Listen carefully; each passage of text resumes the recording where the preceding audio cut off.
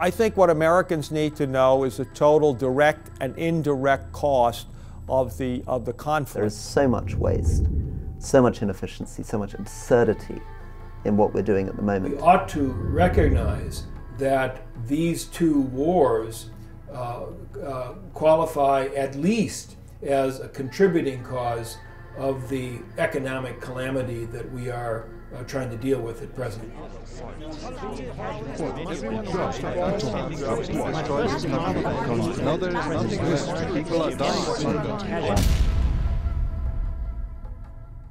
Your soldier lose their life in Afghanistan, you give your blood in Afghanistan, you give your taxpayer money in Afghanistan, for what?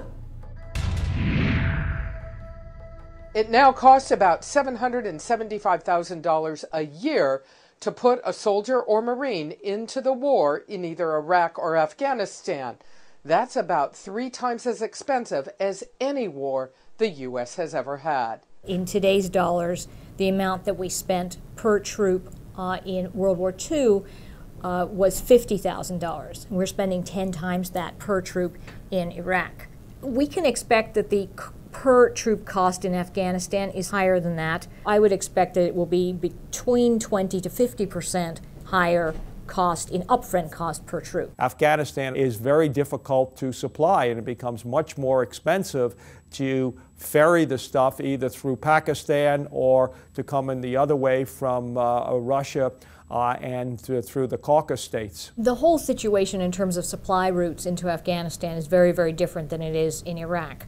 Now, in Afghanistan, you have a country which is mostly rural, which is mostly mountainous, which is not desert. Afghanistan is completely landlocked, and so what we've had to do is, up until now, we've been sending the majority of the supplies, for example, oil, through Pakistan. We're opening up this alternate supply route that gets into Afghanistan from the north that requires the cooperation of Tajikistan, and several of the other stands on the northern border of Afghanistan. It's a much longer and tortuous, is going to be more expensive logistics route. So those costs are going to go up in a manner not commensurate with the numerical increase in troops, but above and beyond that. Right now, the United States, through fiscal year 2009, will have committed and or spent more than $185 billion on the U.S. war in Afghanistan.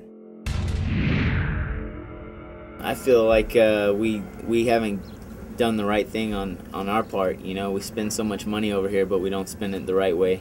We, you know, we have HESCO barriers shipped in from the United States. We probably pay more in the shipping to get that over here than we could pay local people to build a wall around this base. We found dozens, hundreds of examples of war profiteering, of enormous cost overruns, of money on which the Pentagon, using Pentagon speak, says it has lost visibility on, money that simply could not be tracked and accounted for. These enormous funds that did go out to Afghanistan, but they were given, the money was given to contractors who subsequently subcontracted and subcontracted, and by the time you get to how much money reaches the ground, maybe 40 or 50% of that money actually reached the ground for the projects, because all these subcontractors were taking 10% off as profit. Let me give you an example. The United States recently spent $160 million on building roads and digging wells and this sort of thing in one province here in Afghanistan.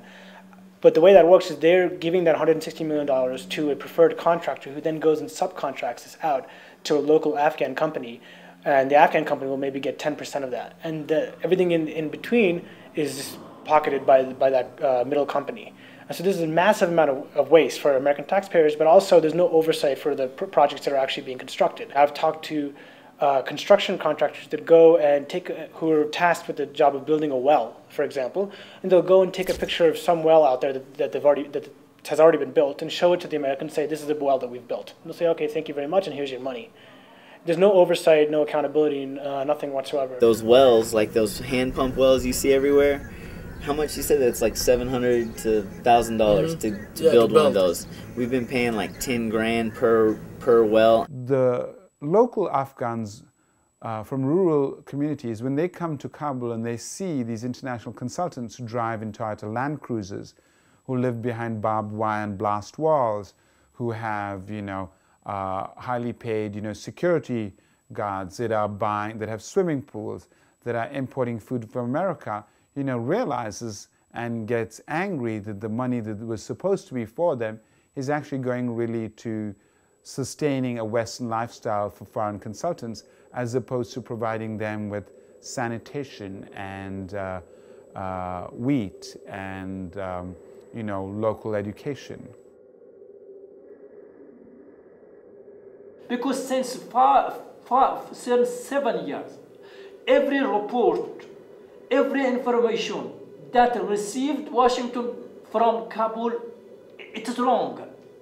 For example, Washington received a lot of information report about reconstruction in Afghanistan. There is not reconstruction in Afghanistan. You cannot give me an example of reconstruction that the quality is good. In Afghanistan, I've heard the statistics cited that there are more private security personnel, Afghans working for Western security companies, than there are enlisted personnel in the Afghan National Army. And even if that's just an approximation, it's a signal of a structural flaw in the U.S. approach to building up security in Afghanistan. There's been much too